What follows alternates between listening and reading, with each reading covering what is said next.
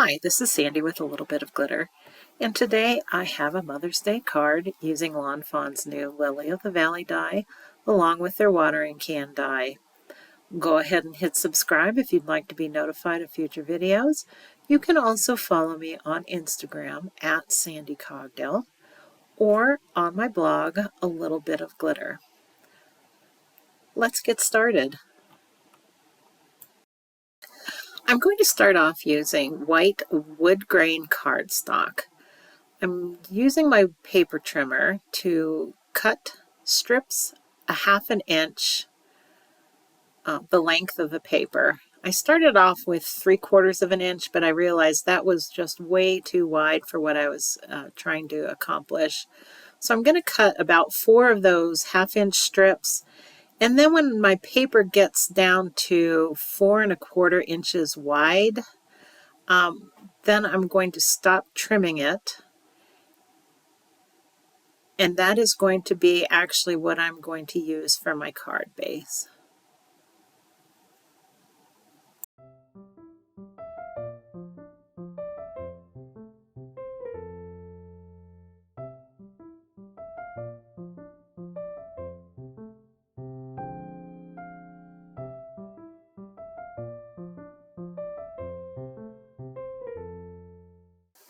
Now that my cardstock measures 4 1/4 by 11 inches, I'm going to use my Score Pal to score it at 5 1/2 inches.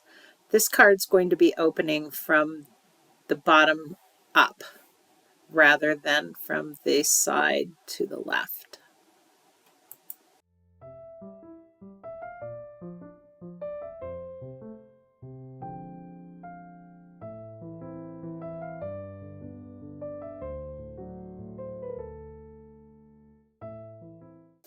I've cut 2 3/4 off of the bottom of that front panel for my card. I've placed it in my MISTI, and then I have placed my sentiment on that remaining 2 3/4 piece.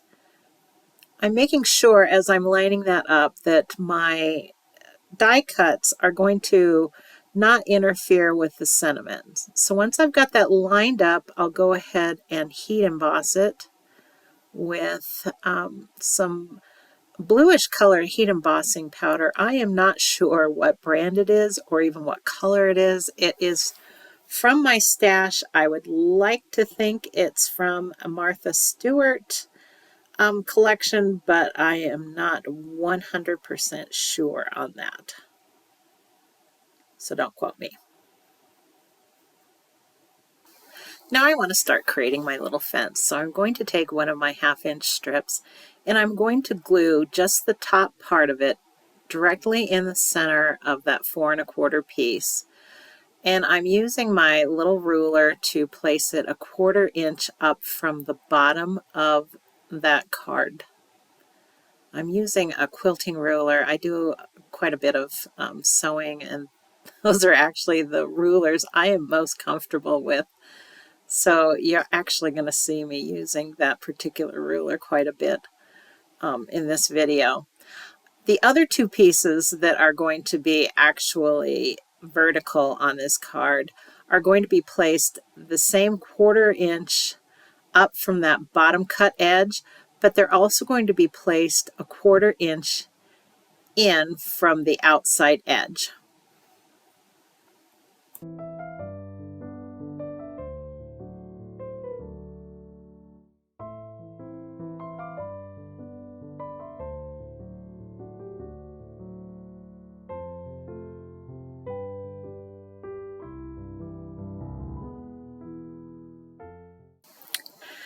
Now I'm going to start placing my horizontal strips. I'm going to start placing those 1/4 inch down from that upper cut edge. I'm not going to worry too much about lining them up with an outside edge of that 4 1/4 piece. I can go back when I'm done and trim those off with my paper trimmer.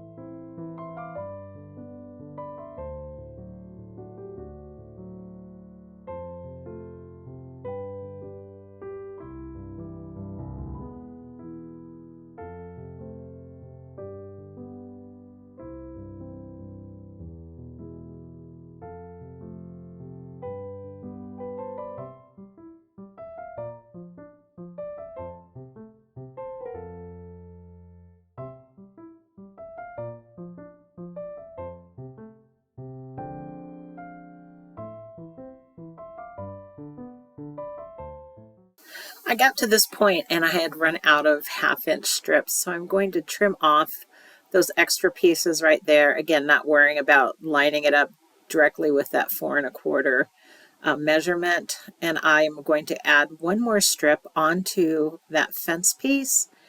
And then I'm going to close my card. And then I will take it to my paper trimmer and then trim the bottom and the side edges so everything lines up perfectly.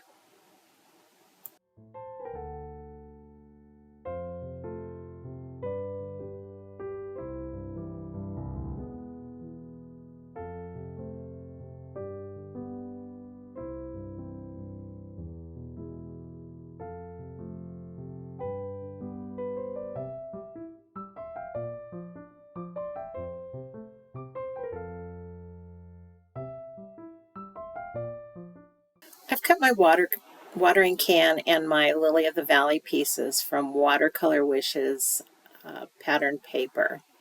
I've also cut the inside of my card from the same collection.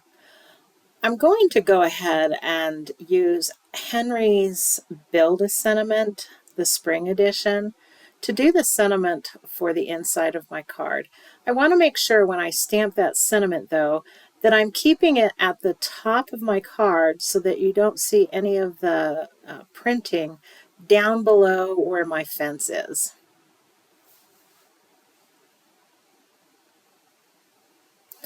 I cannot express how much I absolutely love this stamp collection. You can make so many different sentiments for the inside of cards. I am just thrilled that Lawn Fawn came out with that, and I'm really looking forward to them hopefully doing more of them in the future.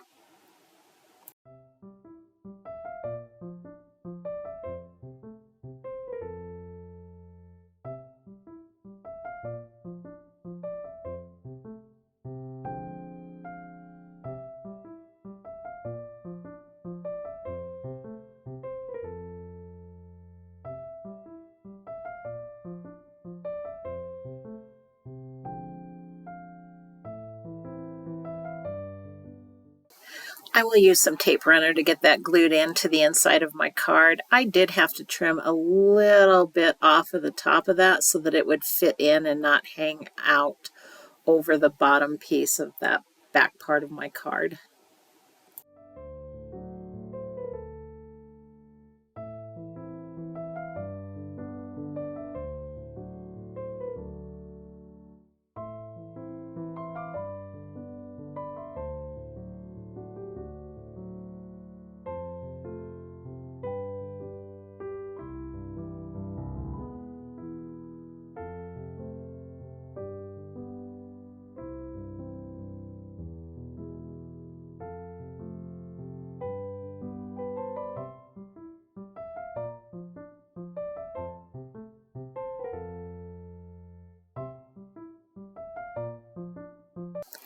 Now I need to assemble my watering can. I had already assembled my little flowers on the Lily of the Valley stems. So I'll go ahead and get that watering can put together. I'm going to place my leaves, a couple of the leaves in the background on the watering can, and then I'm going to start trying to figure out exactly where I want that first stem of Lily of the Valleys to go on my card so that they're not covering up the sentiment.